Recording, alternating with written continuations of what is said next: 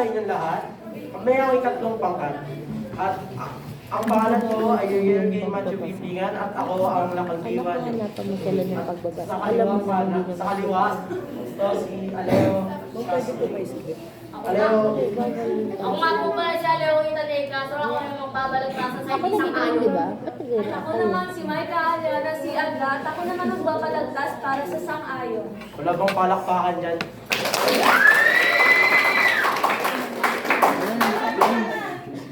Ating simulan. Paksang tatalakayin ay tungkol sa pagka-epektibo ng WhatsApp. Sa pag-aaral ay ginagamit na rin. Ano-ano ang maganda at di magandang dulot ng app. Ngayon papatunayan ng parehas na panig. Ibang aplikasyon ang gamit ng ibang tao. Ngunit ang mas kilala ay mas naaalam. Ano pa ba ang WhatsApp bukod sa pang-komunikasyon? Marahil ay karapat dapat na pagtalunan ng isa. WhatsApp, dala ay magandang komunikasyon. Sa Pinas, di kanya pero maasahan. Maraming katangian tulong sa edukasyon. Kung wala ito ay wala kang maasahan. Maraming gawain na papadali. Di namin pilit pero huwag pahirapan kung napapadali.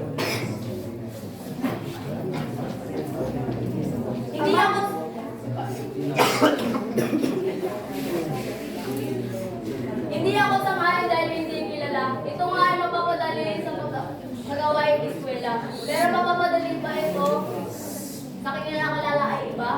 Para sa ato, merong mas kinikilala. Bukod pa ay marami pang maaasahang app, hindi lang wise pag-aaral ang aplikasyon na ito.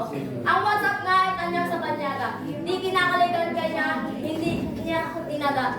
Isa pa ay bakit kinikilingin pa ang di kilala. Mas mahihirapan pa lamang ang komunikasyon. Ang dadalong pangalan pa ay iba na ay abala. Siguraduhin pang paggagamit na ito ay sa edukasyon. Tama nga. WhatsApp ay nakakahanga. Maraming pangangailangan na hahanap. Sa edukasyon ay maganda ang bunga. Ngunit problema hindi lang ganap. Kung di gamit ay walang silbi. Sikat nga sa banyagang puso nga lang. Tama rin ang nasabi ninyo na mas mahirap ang komunikasyon kung hindi ito batid ng kamag-aral at kung hindi gagamitin sa edukasyon. Dahil nga, mahirap din magtiwala at mga aplikasyon ay gamit sa ibang bagay. Kung iyan ang tangkilik, walang problema. Pero kami ay walang kawalan. Abala ba kung ito ay di magkasama? At desisyon kung gagamitin sa eskwelahan. Kung hindi man sa eskwela ay iyong problema. Kaya naman pigilan addiction para di mabiktima. Hindi po ito batay sa ano ang tanyag. Kung hindi sa pagka-epektibo nito. Halimbawa na lamang ay Discord. Nalibangan ang siyang nagalan. Mga manglalaro ay ito ang boto. Kaya raw sa pag-aaral rin maganda ang record. Abay, wala rin kaming kawalan. Kung ayaw subukan ay di namin susubukan. Desisyon nga ang paggagamit sa eskwelahan. Pero kabataang madali may implementasyahan. Ay madali pigilan ang diksyon sa pagnasimulan. Ang pagkawala ng focus ay kalalabasan.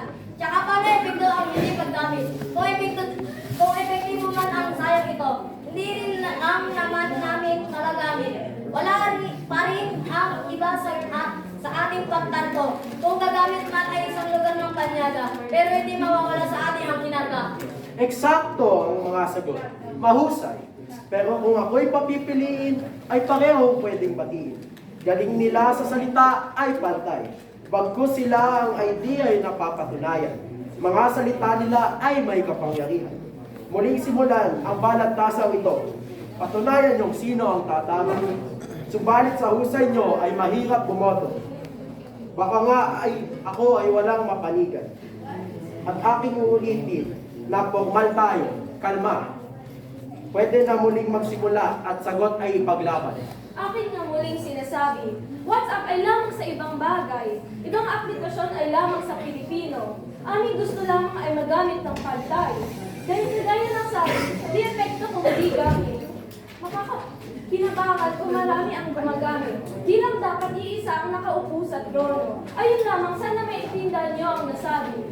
Intindi ko naman ang gusto mong ilahad. Pero kung ang karamihan ay di gusto, ay di posibleng kahiligan ng patutupad. Pero kung kikilos ay baka magka-epekto. Maganda ang WhatsApp, oo, pero dalas ng banyaga ang gumagamit, madalas sa ating Pinoy ang gumamit. Mabuti naman ay iyong naintindihan. At tayo sa huli ay nagkaunawaan. Kung makikilala rin ito ng karamihan, ay maraming mapapagpilian at gawa ay giginhawa. Sana ikaw ang mag-epektibo. Kung ganoon ay wala na dapat pag-usapan pa. Tayo ay magkontento na muna. Sa kasalukuyan kung ano ang meron. Tsaka naulit po muna.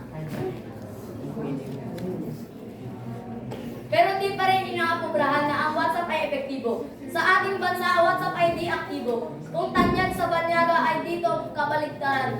Maraming naibibigay ang WhatsApp. Pero mayroon ding mas nakagandang aplikasyon. Kung mas may magandang aplikasyon, mas matutuntunan ay ito ay atensyon. May dahilan rin kung bakit di tanyag. Ito ba ay kung may kulang na hindi niya may lapag? O kung maayos pero komunidad ay hindi? Pwede ring mahirap gamitin ang hindi maintindihin. Marahil ay pwede na itigil ang balagtasan. Pantay lamang ang dalawang panig. Sila ay parehong may katwiran.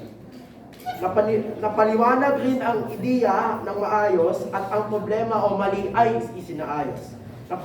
Napatunayan nila kung epektibo ang mga dahilan kung bakit hindi epektibo. Ano ang mga kulang sa WhatsApp? May mas magaganda pang aplikasyon. Anong tulong nito sa edukasyon? At kung ano ang tulong nito sa pakikipagkomunikasyon? Muli, ang pagsang pinagtalunan ay ang mga ideya ng bawat isa ay pinamamatig. Kaya pong lahat ay magpalakpakan sila. At dito na po natatapos ang balagtasan. Maraming salamat sa pakikinig. Okay. Domina Gomez Rice. Kasi, kaya